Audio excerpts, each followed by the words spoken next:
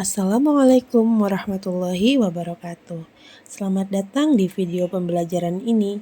Pada video ini kita akan mempelajari konsep keterampilan dasar praktik kebidanan dan pengenalan instrumen yang pada umumnya digunakan untuk pelayanan kebidanan.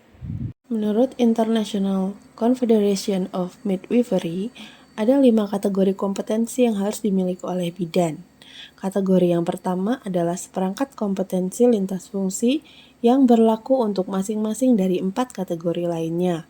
Kategori ini dibuat sedemikian rupa untuk menghindari duplikasi pada kategori lainnya. Kompetensi kategori 1 berkaitan dengan kemandirian dan akuntabilitas bidan sebagai tenaga kesehatan, hubungan dengan perempuan dan penyedia layanan lainnya, serta kegiatan asuhan yang berlaku untuk semua aspek praktik kebidanan. Sedangkan kategori 2 hingga 5 lebih spesifik dalam menjabarkan kompetensi bidan di seluruh lingkup praktek. Kategori 1 adalah Cross-Functional Competencies for Midwifery Practice.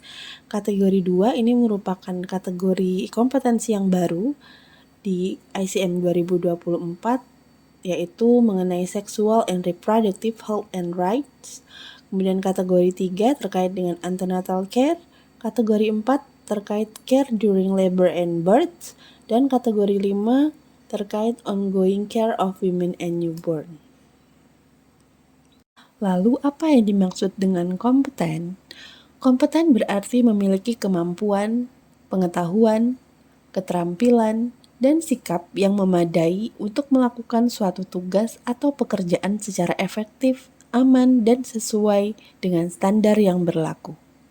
Dalam konteks kebidanan, bidan yang kompeten berarti memiliki pengetahuan ilmiah dan klinis yang cukup, mampu menerapkan keterampilan praktis dengan tepat, menunjukkan sikap profesional seperti empati, tanggung jawab, dan etika, dapat mengambil keputusan yang aman, serta memenuhi standar profesi yang ditetapkan organisasi profesi dan regulasi negara. Untuk menjadi bidan yang kompeten, salah satunya harus diawali dengan mempelajari keterampilan dasar praktik kebidanan.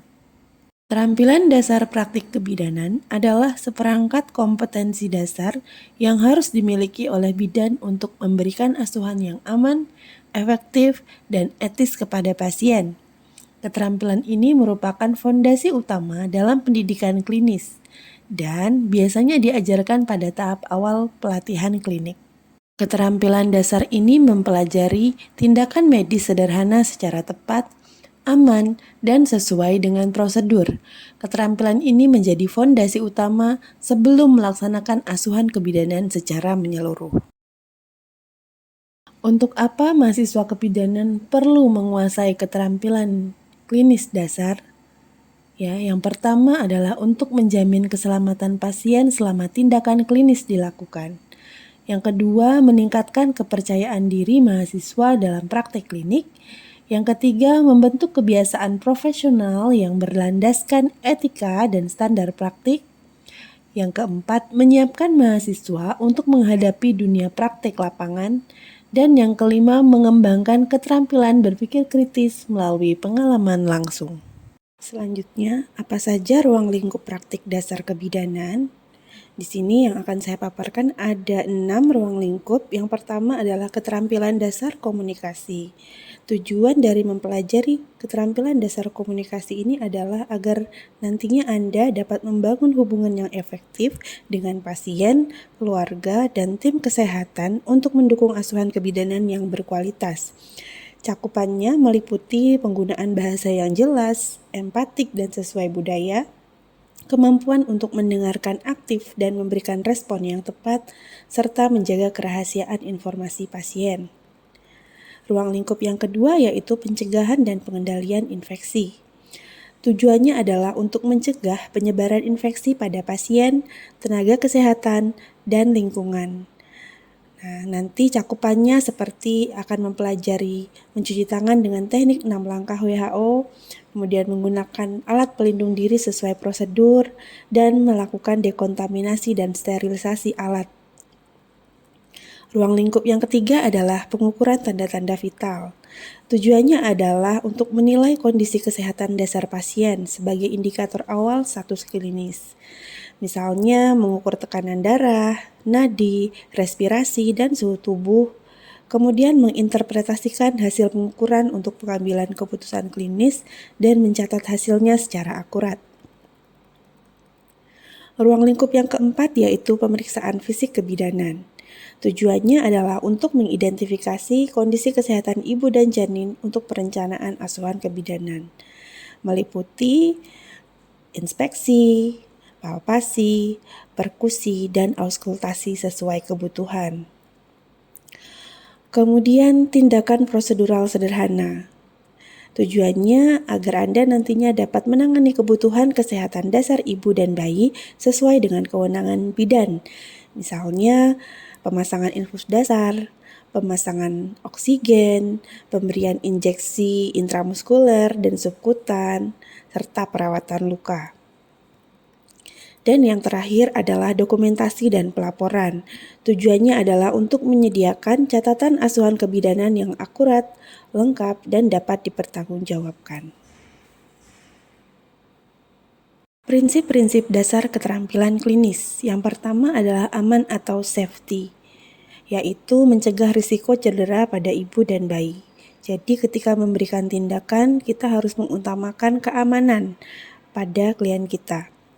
Kemudian yang kedua adalah efisien atau efisiensi, bahwa di sini segala tindakan yang dilakukan secara tepat, cepat, dan efektif.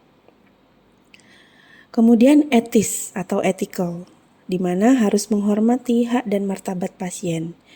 Misalnya harus menjaga privasi setiap akan melakukan suatu prosedur. Kemudian tepat prosedur atau standardized, yaitu sesuai dengan SOP dan panduan nasional. Nah, di sini meskipun dalam segala tindakannya harus sesuai dengan SOP, namun bidan tetap harus memiliki rasionalisasi mengapa SOP tersebut harus dilaksanakan. Selanjutnya berpusat pada pasien. Asuhan yang responsif terhadap kebutuhan ibu, bahwa segala sesuatu yang dilakukan harus disesuaikan dengan kebutuhan ibu. Menerapkan evidence-based practice tetapi tetap harus berpusat pada pasien. Bahwa semua pilihan yang kita berikan pada akhirnya harus sesuai dengan keinginan pasien. Kita tidak boleh memaksakan tindakan meskipun itu untuk kebaikan pasien. Selanjutnya effective communication, yaitu berkomunikasi secara jelas dengan pasien sebelum, selama, dan setelah prosedur. Dengan komunikasi yang baik, maka kita dapat menyampaikan maksud dan tujuan tindakan kita dengan baik, sehingga pasien dapat menerima apa yang kita sampaikan dan apa yang kita lakukan pula dengan baik. Peran keterampilan dasar kebidanan. Yang pertama, sebagai dasar pengambilan keputusan klinis. Keterampilan dasar seperti pengukuran tanda-tanda vital, pemeriksaan fisik, dan komunikasi efektif menyediakan data awal yang akurat. Data ini akan menjadi landasan dalam menentukan langkah asuhan selanjutnya, termasuk apakah pasien memerlukan tindakan lanjutan atau rujukan. Yang kedua, meningkatkan kualitas asuhan. Keterampilan dasar yang dikuasai dengan baik akan menghasilkan asuhan yang tepat, cepat, dan aman, sehingga menurunkan risiko kesalahan. Hal ini berkontribusi pada peningkatan kualitas pelayanan pada seluruh periode reproduksi. Selanjutnya, membantu deteksi dini terhadap komplikasi. Keterampilan dasar memungkinkan bidan mengenali tanda-tanda awal masalah kesehatan sebelum menjadi kondisi yang membahayakan. Deteksi dini ini sangat penting untuk pencegahan dan penanganan yang cepat. Misalnya, bidan ketika memeriksa nadi pada seorang ibu bersalin atau ibu pasca salin ya, kemudian menemukan bahwa nadinya tinggi dan cepat. Ya, kemudian tensi darahnya menurun, drop. Nah, ini merupakan salah satu tanda shock. Nah, ini harus diwaspadai sehingga bidan dapat memberikan penanganan yang tepat untuk selanjutnya. Selanjutnya, menunjang pelayanan ramah perempuan dan berbasis bukti. Penguasaan keterampilan dasar memampukan bidan memberikan pelayanan yang menghargai martabat, kenyamanan, dan kebutuhan perempuan dengan tetap mengacu pada praktik berbasis bukti atau evidence-based practice.